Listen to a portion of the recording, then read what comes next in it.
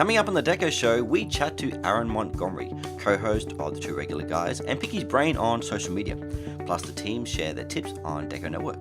That and a whole lot more coming up on the Deco Show. The Deco Show is brought to you by Deco Network, business software for printers and embroiderers. To find out more, visit deconetwork.com.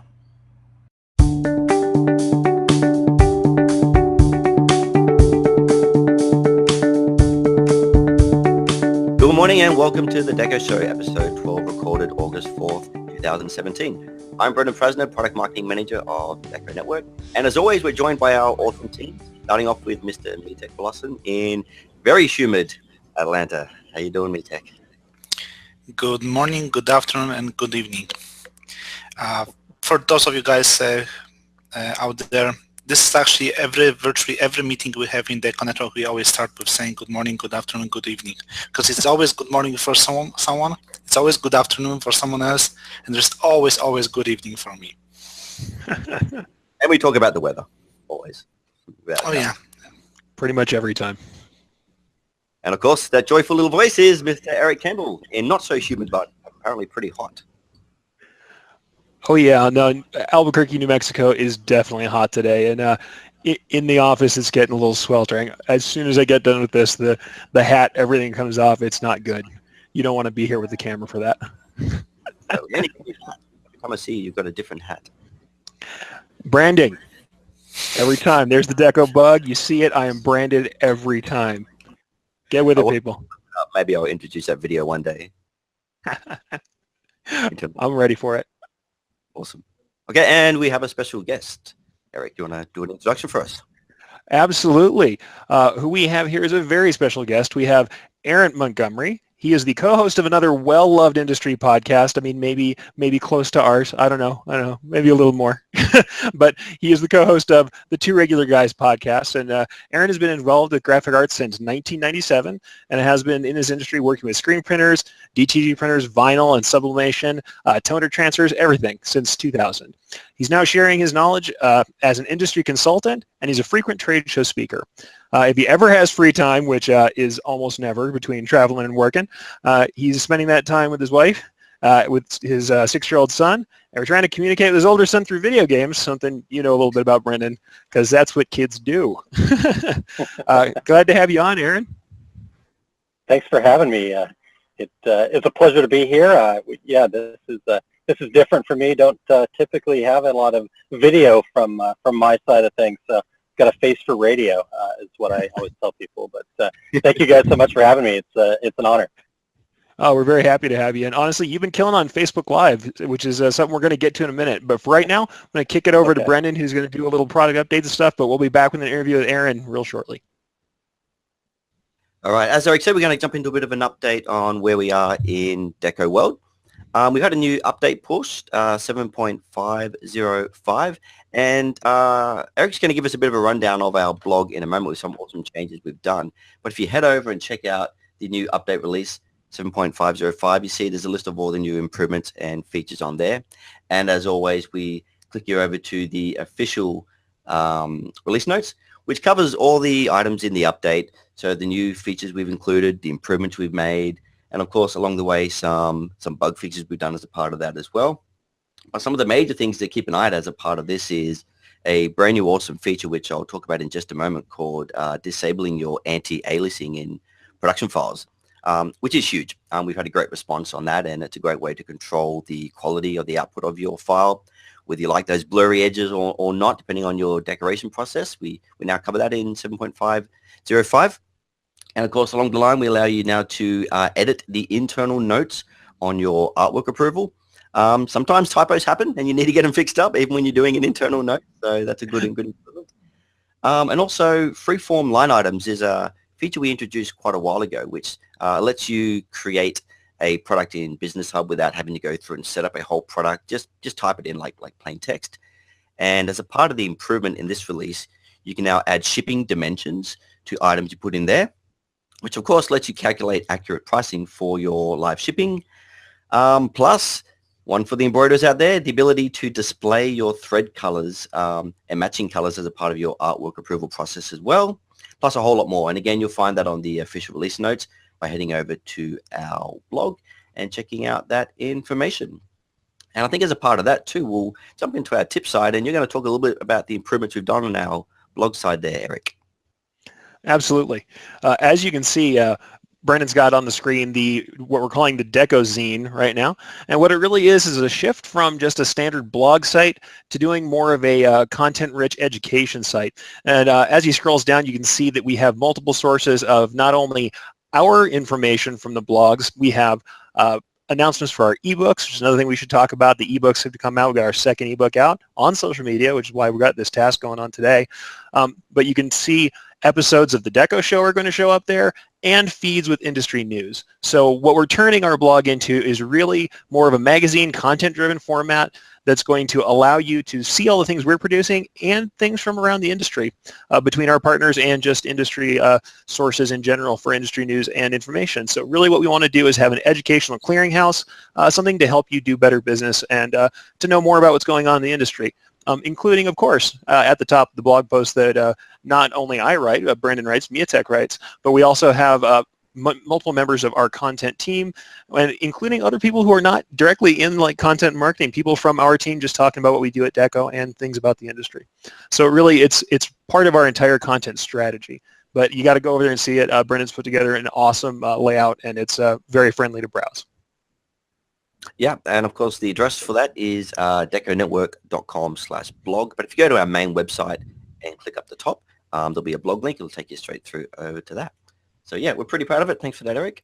And we'll stick to the blog as well and touch down on one of the new improvements in 7.505, which is going to be my Deco Network tip for this week. And that is the ability to enable or disable your anti-aliasing. So again, if you're on our blog, head over and either scroll down in the next couple of days. You should still see it as disabling anti-aliasing, or at any point in time you can do a search up here and just search for that keyword as well, and that'll pull up that blog post. But what's really cool about this feature is first of all explaining what anti-aliasing is. So basically it's the blurring of the pixels in a bitmap or a raster based image when it's exported, and it's really kind of designed for the human eye.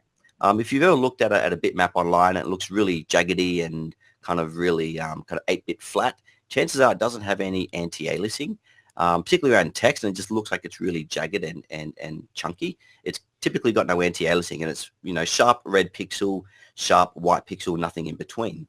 It looks really sharp to the human eye.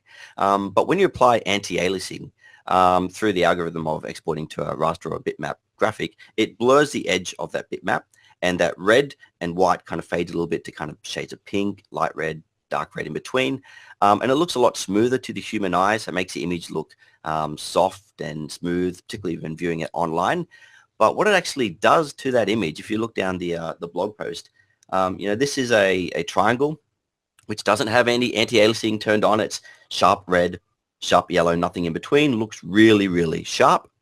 But then when you come down and look at it with anti-aliasing, it looks much softer to the human eye, because in between that is blurred the red and the yellow to create this kind of, you know, anti-aliasing blurred effect. And again, it just looks nicer to the human eye. Now, this is blown up, so it looks even more chunkier. Normally, you wouldn't see that level of pixelation, but we've made that image large on the blog. Now, that's great for online images. If you're exporting a logo to put your logo on the web or anything like that, you typically use anti-aliasing, and it looks perfect. But there's a bit of a problem, particularly when you're doing DTG and you've got a nice raster image with a transparent background and you're printing it on a dark color like black or navy, and it does a white base underneath. Sometimes you get what we call the haloing effect. And what that actually is when you're printing out on that DTG product, you got your red, you got your garment underneath, and a little bit of that white base creeps out from underneath the image. And that's just simply because of this semi-transparent pixels that are coming down the edge of that image. It actually tries to put white base underneath those, so that white kind of creeps out. And it doesn't look so good. You get that kind of blurring halo effect. And by the way, before I go on, this is just an example of the different colors. In this yellow and red triangle above here without anti-aliasing compared to with it on. With it out, there's only 2 colors in that bitmap. With it on, there's 166 different colors because of all those shades in between. So the net result of that is, we always had anti-aliasing turned on our bitmaps that we exported, particularly for DTG or sublimation, also DTG, of course, with the white base. And the issue of that is it created that halo effect. Now, in version 7.505, we now have a really cool feature that lets you actually go through and turn off and disable that anti-aliasing. And the instructions are written down here. So where you log into your backend of Deco Network and turn that on, but I'll just quickly show it while we're here. So log into the back end of your Deco and then browse over to decoration processes. And in this case, we're going to modify the process for DTG. And then if you go down to an area called decoration settings, production settings, and scroll down a little bit lower, and there's an area called vector anti-aliasing or smoothing mode. And we give you 3 different modes. There's no anti-aliasing, which gives you that very sharp triangle type effect you see here, where there's all red, all yellow, and nothing in between. Real sharp kind of edges. You may not want that because sometimes if you do print that off on DTG, you do notice those steps. It creates that kind of jaggedy effect on internal objects or objects on your design. The next option is full anti-aliasing, which means across the whole entire image, apply anti-aliasing so you get that blurred effect even when it's on a transparent background. Now that's okay if you're doing maybe a square image without a transparent background. You want the whole thing to be a little bit blurry. But if you're doing a graphic image which has edges, outlines, like on this one here, which has some internal graphics and some external graphics on a transparent background, then the problem with full anti-aliasing is you're going to get that blurred effect on the outside, that halo effect, but you're going to get a nice image on the middle. You want something in between. You want the middle part to be all nice, anti-alias, so it looks nice and smooth and doesn't have those horrible jagged effects.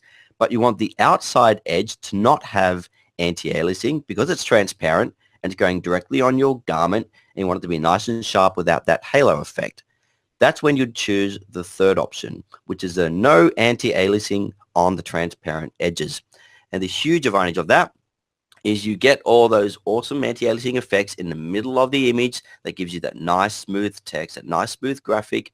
But on the outside edge, which is most important, where your white base is printed under, you won't get that anti-aliasing, and you won't get that slightly transparent pixels that create that white ink underneath. That creates that really nasty kind of outside halo effect. So awesome feature, available in version 7.505. And again, if you head to our blog, there's a full post explaining the whole process, how it works and the benefits from it. And the early feedback has been pretty awesome. People claiming that they're probably going to save tens of thousands of dollars on ink cost a year just because of that improvement. So we're pretty excited by that one. And that's my tip for this week. And I think as a part of that now, we'll move over to you, Mr. Metek, and you got some tips to talk about with Business Hub and limiting products. Yeah, absolutely. Thank you, Brendan. And as always, I will try to keep mine short, knowing that Brendan will always brings something to the table. Awesome tip, by the way, Brendan. Thank you so much. I can't express how thankful I am for this option from my perspective. I heard this tons of times in the past from our clients, the request for this functionality. But with my tip, I will kind of change the topic. I will go slightly away from the design side of this wonderful industry, and now we jump into the catalogs. So some of you guys may already know that we have an awesome selection of catalogs in Deco Network, over 18,000 products, and all those catalogs are just one click away from you. So if you want to offer the catalog of Sanmar 1,800 products, this is just one click for you to do it, and you can make it active. The same with SNS, any catalog in the world, or Alpha Brother. Now, having entire catalogs enabled in your business hub, when you raise quotes and orders, you work with your clients. We all know sometimes you choose the products from Sanmar, sometimes from SNS, depends on the availability and the size of the project that you're working on. Having the entire catalogs available in your business hub makes sense. Having the entire catalog, thousands of products available in your online store, I would actually ask this question our experts. Eric, what do you think about having 3,000 products available in the online store? Honestly, I'm someone who always fights for curation of your catalog, especially when you're talking about an online website. I think you should definitely select the best or the most fit for your website and not have everything enabled. Very Yeah, good. I'd agree there. And in fact, if you look at our most successful customers, they've got 70 to 100 products on their Yeah. website. And the reality is, how many short sleeve white crew neck t-shirts do you really need on your front end website? All you're going to do is make indecision for the client. So, yep, I fully agree there. Okay, so with Decorator, you can actually accomplish this in a fairly easy way, as easy as it is possible with thousands of products enabled. And for that to happen, you have to go to the products page. And on the products page, you will need to make the selection of products, whether we're talking just about 15 products like in this case, or you will decide to select all of the products, which kind of makes sense. You can select all of them, or you can go by the category and then look for the bulk actions. Bulk actions gives you a number of things that you can do to all of the selected products all at once. I will just go with 15. If you choose 3,000 products, be patient, it will work. But 15, it's more appropriate for this presentation. You can do a number of things. You can delete those items, you can modify base prices, you can modify categories, very useful option. But in this case, I just want you to use the set availability option. So when you do that and you apply this action to all those 15 products, you can easily select those products and make all of them all at once available to the Business Hub only. And that's really simple as that. This is not the only thing that you can do. You can also make it available to stores only. You can apply some rules like make it available to certain stores, etc., etc.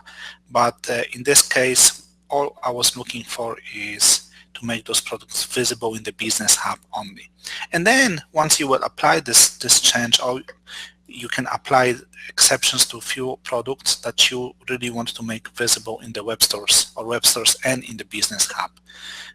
But since you want to have all of your products available in the Business Hub and then just few of those available in your stores, the proper way of doing this is first make all of them available to the Business Hub only and then apply the exception to few of those products that you want to have in one or many of your online stores. And that's pretty much it from my end for today. Awesome. Yeah, huge tip. And I guess a really, really important one just as a basic business rule. So yeah, awesome. Thanks for that, Mitek. And thanks, Eric, for your tip. Absolutely. Our favorite part of the show, I guess, where we bring on a special guest who is passionate about what they do, passionate about the industry. And Mr. Eric, I might hand it over to you to kick us off in that part. Absolutely. Well, we're happy to bring back on. We had him on earlier for the intro, but here's Aaron Montgomery from both from Two Regular Guys and from his own work. I mean, honestly, Aaron, we know that you're into social and social media marketing. I mean, we just did an ebook on it, and I couldn't think of a better time to bring you on. I mean, how many people have learned entirely their first steps in social from your classes at trade shows or honestly from what you've shared on Two Regular Guys? So what I'd like to start out with is, what do you think the first step should be for a decorator just getting into social who wants to build a following and start to market? Well, Erica, that's a great question, and the reason it's a great question is because most people that get into social don't actually answer that question. They go right beyond this particular part, which I think is really important, and that is finding who you're going to be talking to on social media, because you could basically spend every hour of every day chasing around different social media channels, different Facebook groups, or different Twitter chats, or a day, and you could spend every single one of those doing just that, doing the of things, and you're just not going to be able to do that. So you need to find out where your customers are, the people that you want to be talking to, first and foremost, find out where they are, and then get to know that channel first and foremost. So in general, do you think that it's both about where they are and who they are? And how do you start defining that? Yeah. Well, and I think where they are is probably the most important to start, because I think a lot of people, and if it's not something you've been involved with, it is a scary thing. You don't understand it. try to explain social media to your dad or to your grandparents. It's a tough conversation to have, and that's where a lot of people end up at that are getting into this. So if you can start with where they are first, then you have a better shot of it, because it's easier for me to explain social media if I'm talking to you just about Facebook or just about Twitter or, so on and so forth. Then once you get good at it, then you can figure out who they are a little bit more and figure it out. But if you start with where, then you can understand what kind of strategies you need to be thinking about. Does that affect the kind of content you're generally going to share? Absolutely, because the content is going to be different from one platform to the other. In a scenario like Facebook, you might have a little more long form, probably video, maybe some images, those kinds of things going on. If it's Instagram, it's all image and videos. If it's Twitter, you've got to get your content down to something that'll resonate in 140 characters. And we could go on and on down the scenario with social media channel for all intents and purposes. And so, what is it that you're going to be doing, and how does that work? And the channel makes a huge difference. So, sorry, Mitek, do you want to jump in? Yeah, I think so, if you don't mind. A really quick question here. I'm always looking for the details. I know people are excited about doing something, but then they start hitting the wall. For example, you may have a great content, but there's another conversation that we can have here on delivering this content. We know that Facebook is making very arbitrary choices on who is seeing what. Let me share my experience. I've shared the Facebook video, and it was shown almost to everyone that wanted. Then I've shared the video that was made through YouTube, and virtually Facebook decided not to show the YouTube video. Then I did a little research on this, and apparently Facebook doesn't really like YouTube videos in general. Can you share some of the tips like that to people who are listening to it, such as how to avoid those mistakes? Maybe there is something else, some other tips. What is the best time to send your messages, etc., etc.? Sure. Yeah. Your experience is similar to what most people, even some of the best marketeers I know, have experienced with, content on social media. And, honestly, I think you guys talking about what you're talking about with the blog and things like that have really kind of got it right, because here's what's happening. You're going out on social media, you're talking, you're kind of building this, I don't know, maybe even kind of your storefront, so to speak, on social media. The problem with that is you're building your storefront on rented property. Stuff is theirs. All these social media channels, that's theirs, and they're going to control how that content is shared. And they had to figure out a way to make some money. Poor Mark Zuckerberg wasn't going to survive on his measly salary, so he had to figure out how to milk some more money out of us. And therefore, they're going to throttle all those things. You worked really hard to build that group of people that wanted to hear from you, and then all of a sudden, from underneath you. Well, that's because you've built your mansion. So to me, the key is to get people back to your website. You share the content, you make it interesting, but ultimately you want them to end up at your website to really get the goods and be there, because now you've got complete control of his experience, who sees it, and all that kind of fun stuff. And it's not at the whim of your social media channel. Tips for kind of getting out there is that I've always said, and throughout the change in the landscape of social media, is to make sure that you're dealing with social media as just that, as a social channel. It's an interaction. It's an opportunity to converse back and forth.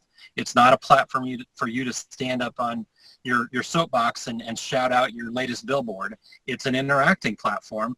And you'll see, like, for example, with a business page on Facebook, a good example of this is your business page stuff to many.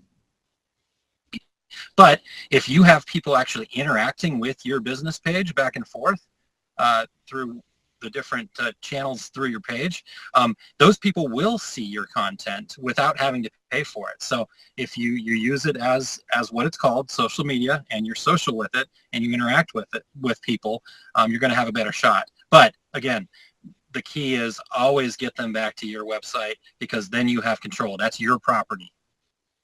Yeah. So Aaron, you mentioned earlier that each channel has its own needs. So Instagram, you need to have gorgeous, stunning images. Twitter, you need to be able to perfect your language down to be under 140 characters. They each have their own little tweaks and twerks. And Facebook has its own style. If you're just starting off, what would be your best tip of the first platform to start on that is easy to get into, understand, and I guess not to have so many graphic skills or language skills required as a part of that? Well, that's a difficult question in the fact that it's hard to say I'd start off here and start off there, because I think different people are going to have their targets in different locations. I would say if you don't know, the place to start is Facebook, just because of the sheer volume of numbers. It was over 2 billion monthly average users. So the numbers are going to be there, and Facebook is probably the most intuitive for people to use, and you kind of combine a lot of things from content, text content to video content to images and things like that. So I guess Facebook would be the best answer for that. But I think there's also some tools out there that you can use to get onto just about any platform. I know with our industry here, a lot of people are very good designers and have ability to do a lot of graphics and things like that. But even those people that are good designers, I would use a tool like a Canva, like that, where you can make good graphics for social media. They have all the templates there, so you don't have to worry about what size your graphic's going to be. You just pick where you're going, you make your graphics there, plug it in, and away you go. And for the most part, it's free. So, yeah. Here's my follow-up question on what Brendan said, because I think it's really important. You are this person that you're just starting, you just opened a business, and you have your personal Facebook account. You have 500 friends, 1,000 sometimes people, half of them you don't know, but they're your friends. Should you stick to your personal account to start promoting your business, or you should rather create a separate Facebook business account to do that? What would be your suggestion? well, I think with Facebook, one thing that I think people need to watch out for a little bit is to have a little bit of separation between their personal and their business. I think that's what we're getting at there. It's great to have grandma and grandpa like your page and all that other stuff, but at the end of the day, you really want who your true customers are to be actively involved with your page. I think that is answering the question, but okay. Maybe I'm missing the question. No, that was good. Yeah, no, that from a personal understanding and experience of how Facebook works is Facebook, I think from its terms and conditions point of view, is you must always act as your name and your persona. So be careful not to register a brand new Facebook account and call it Brendan's Tees as a person, because if Facebook picks up that that's not a real person account, it actually can suspend your account and you lose all your work you do. But as a part of Facebook, you can actually start a business page under your profile that has no link to you. No one knows you're a part of that, but it's a business page you're managing under your personal persona, and then you're happy and within their terms and conditions as well. So it's a good point to raise. Thanks, Peter. Well, certainly. The other thing to remember about that is not all the tools are available to your personal page. The way your posts look, like those multi-image posts that you see, we can scroll left and right on Facebook. A lot of the other tools that are available, Facebook Live Video, you need to have a page to do that. So if you want to do the kind of broadcasting that businesses are doing, that has to be under a page too. Yep, all excellent points and 100% true. You shouldn't promote your business through a personal page, for sure. Yeah, business pages are very important. Well, I don't know if there's stuff that we haven't started with. I mean, it's like I don't want to go too far into the weeds, but I would like to say if there's something specific, like a story you have that's a personal kind of success story for something you've promoted, or if you have a favorite client out there or someone you've worked with who's doing what you think is the best job for this industry on social media, is there something that you'd like to kind of show as an example of how we can use this to do real business? Man, there's a, it's interesting because originally when I first started talking about social media, I was very critical of our industry, and I was talking at trade shows, and I was critical of the trade shows and their use of social media. And I still think that there's something left to be desired in a lot of places within our industry. There is a lot better use of social media as a tool just to bring information and knowledge. I think especially Graphics Imaging Association is doing a fantastic job with media across different markets. I think they've grown a lot. As far as people go out there, though, I mean, you've got some fantastic people. Jay Bassell is a name that stands out to me. He's developed Promo Chat, which is a Twitter chat every Wednesday afternoon, and he's done a fantastic job on Twitter and really kind of and bringing people together there. Facebook is a whole nother animal altogether. There's some great stuff going on Facebook, but the Facebook groups I think are very interesting within our industry. It kind of reminds me of the old days of like when the different forums were getting started back in the day, until T-shirt forum kind of took over everything. And an interesting little faction, but there's good information out there. Now the problem is that just like the Geico commercial goes, not everything on the internet is true. I'm not a French supermodel, despite what I might say. And have to weed through that kind of stuff, and I think that can be a bit of a challenge. Yeah, especially with the industry information, it's true. I've had many a time that I'm jumped into one of these forums or one of the Facebook groups and said, but anyway, yeah, that information was interesting. Here's some stuff that you might want to try also, because you have to gently kind of go back and correct when you got some folks who are on there sharing maybe not the best information about process. But I'd say certainly we're seeing more and more people on the client end, on the Decorator end, are finally getting into social media in a way that makes more sense than it used to. I mean, it used to just be, constant blasted ads stuff where it's just invariably pricing and here's a shirt and this is what it looks like. And I'm really starting to see people tell stories. And even when they are doing advertising, it's just a lot more sophisticated than it used to be in the industry. So how important do you think it is that people are starting to tell stories and be more personal in their social? I think that, again, we go back to what the title of this whole thing is, and it's social media, and social is telling a story and interacting with your fellow humans, and so that whenever we're involved in social media, for the example you used of maybe some bad information on a Facebook group or whatever, the problem is I can't just kind of every once in a while pop in there and all of a sudden start saying, well, no, you're not right, because I'm not part of that community. So I have to become part of that community that I want to be involved in by bringing value to it. I can't just jump in there and try to correct somebody, or jump in there every once in a while and say, hey, I've got a shirt on sale for $10 this week or something like that. And it just doesn't work that way. I have to be an active member of that community. So, that's a big part of that storytelling. People want to know who you are. One of my favorite things that I think decorators can do is to kind of show people behind the curtain. For example, if you're a screen printer, that process, that last screen coming up is an amazing experience, even for people who have screen printed for a long time. When they get that last, color of a 6-color job coming up, and they look down at it and go, wow, that's pretty cool. So if you can then open up that, show them behind the magic curtain through the story that you tell on social media, I think that's going to be something that goes a long way. So that way, when the next tweet or hey, by the way, that shirt I just made is on sale, it's the sting out of them feeling like they want to take part in that story. Yeah, I think it really does make it feel less like people are being sold to when they're part of that interaction. Yeah.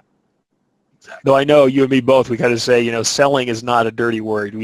Everybody needs to get on board, creative or not, and say we have to sell and maintain our businesses. But I know that sometimes when we talk about sales, people get that kind of, and I hate to say this because I knew used car salesmen weren't bad guys, but the used car salesman thing where they're worried that someone's kind of trying to edge you into a deal you don't want. And I think when you're telling stories and you're actually, if you believe in that value that you have and you're sharing that with people, then there's no kind of, hucksterism about it. You're really just sharing something that you find valuable. And I think that's really the edge with storytelling. Yeah, yep. And I agree. I mean, it's kind of a funny story, and nobody's going to actually believe that this is true, but this is absolutely true. You can ask my mother.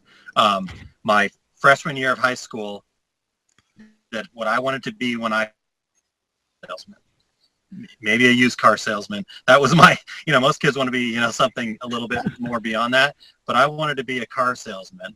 I found out that I'm actually a horrible salesman. I don't know a darn thing about cars. But fortunately, I was able to get to a point where and listen to them and try to understand their needs. Salesperson. And that's really kind of what social media is. I have to be a salesperson. I just have to be able to listen, answer, provide a little help every now and again. And if I happen to have something that I can provide to them, there's a pretty good chance I'm going to get that sale without having to actually sell anybody anything. Yeah. When go ahead, Brendan. Sorry? Sorry, go ahead, Brendan. I'm stepping all over you. No, it's all good. We've got a bit of a delay on all sides. But that's a really, really good point. Almost timely, this Coca-Cola truck just happened to roll into the background of you to get a little bit of advertising thrown in. And for social media, right? You promote your business through showing the awesome work you do, not saying that we're the best, $10 off, but showcase images of the t-shirts you've done, showcase the awesome machinery. And you mentioned the most important word, I think, in this whole discussion, which is value, giving value back to your listeners. And then they're going to have open ears and they're going to partake in your conversations. And I think in the end, you'll get direct value out of that through better relationships and more sales. Sometimes I can't tell if it's a delay that's getting us or if it's something else. What I will say about the storytelling and the value, that's something that why I wanted to bring Aaron on here. If you guys haven't heard Two Regular Guys, they come out with that value first proposition always. And so that's one of the reasons I always wanted to have him kind of talk with us here, is that they understand that you give value, and then you get back, what you can. But you have to start with that value lead, and Aaron is real great at that. Thank you very much, Eric. I appreciate that, but I had to figure something else out because I wasn't ever going to talk anybody into anything. I had to figure out a way to something, and fortunately, I've been able to help a lot of people with their businesses over the years. And like Brendan said, it's all about value. What's the point of me being involved? Absolutely. It is amazing how when we talk about social media, how it is pretty much the same to our physical world. It's all the same. Whether we talk about marketing, social media, it's the same with the world. If you are part of the community, if you are at this church, you're volunteering, they will buy t-shirts from you. They will find a way to support you back. Brendan knows that we do lunches here every Friday for the team. We're that cool company that we actually offer lunches to our team every week. And he asked me if I have some shares at the local place from where we're taking a lunch, because I always take them there. But the reason why I'm taking them there is because I know them. They're part of the local community. They're not the big franchise. And I want to support them the same way they support us with the good food. And it's always the same. So you have to give, as you said, you have to give to get back. If you're gonna be that coach for the kids at YMCA or whatever that is, they're gonna get stuff from you because they know you. And the same with social media, as you guys mentioned. If you are there, if you're answering 100 questions without hoping that you're gonna get anything in exchange, hey, you shouldn't be ashamed to sell to those people. It will be more than that. They will actually want to support you when the opportunity comes. Yeah, for sure. Agreed. All right. Well, as always, we're pushing the boundary of our time. We've always tried to keep this under 45 minutes, and it's never going to happen. So, except the fact that we get on too many awesome people that have too many awesome things to say. But we'll swing back a little bit on the end. And Eric, you touched a little bit earlier about our ebook, which is quite timely. So maybe give it a bit of an elevator pitch on where we're going and what's available out there. Well, yeah, just this week we finally did get to release our second ebook.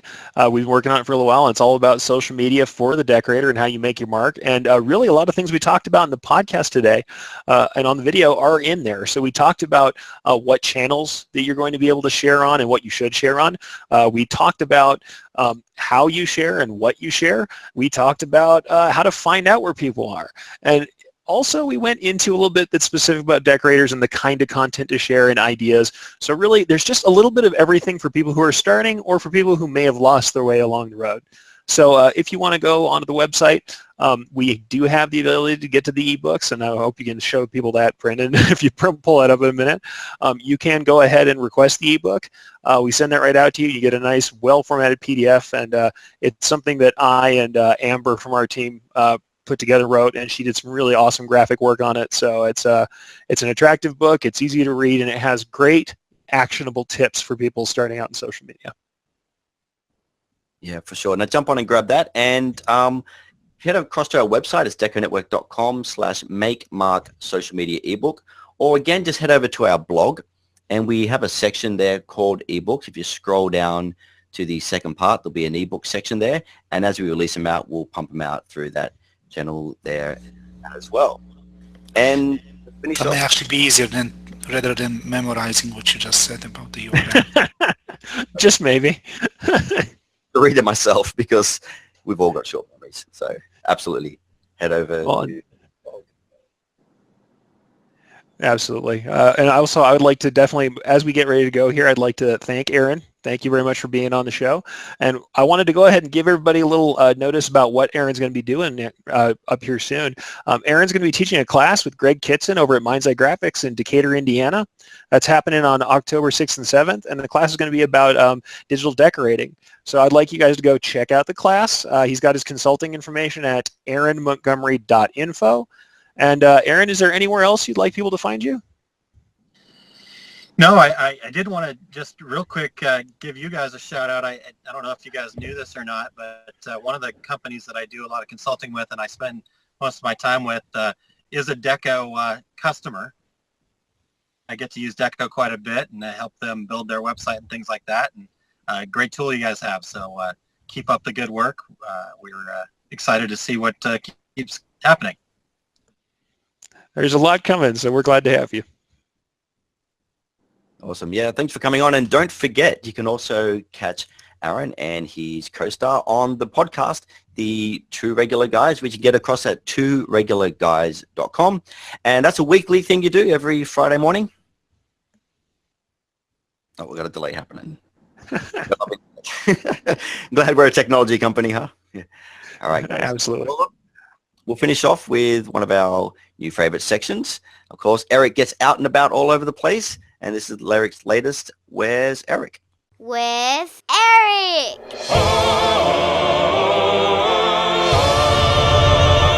This is Eric Campbell from Deco Network, and I'm here to talk about social media. A lot of shops might be concerned that starting out online is going to be a very difficult task, going to take a lot of work, or that it's a little scary to put yourself out there, but really, it's something you need to do. And frankly, with social media, it's never been easier. There are some tips, however, that may help you in getting started in social media. The first tip is you really want to be where your customers are. It's a good thing to ask your customers where they frequent, be it Facebook. Facebook's a good bet because most of the world's on Facebook when it comes to social media, but there are other places that might be good for you, like Instagram, which is highly visual.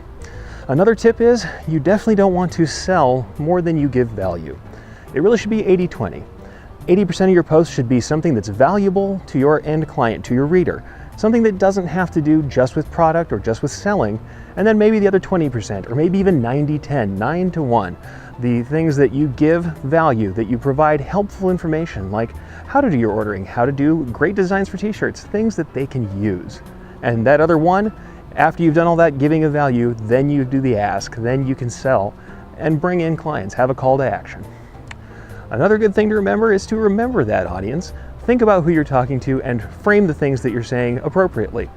They'll trust you if you're speaking their language. And especially when you're doing niche marketing, it's important to know the niche and know what you're saying to them. Another tip, show the kind of work that you want to do.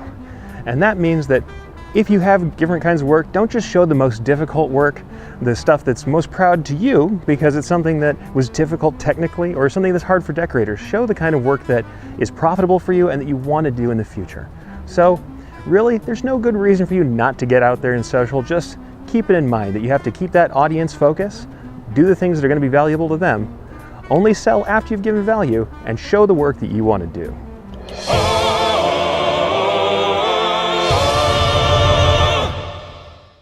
And that's our Where's Eric for this week.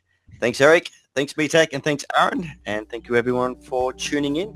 We'll catch you next time on the DecoShow. Have a great day. Bye. Bye, everyone.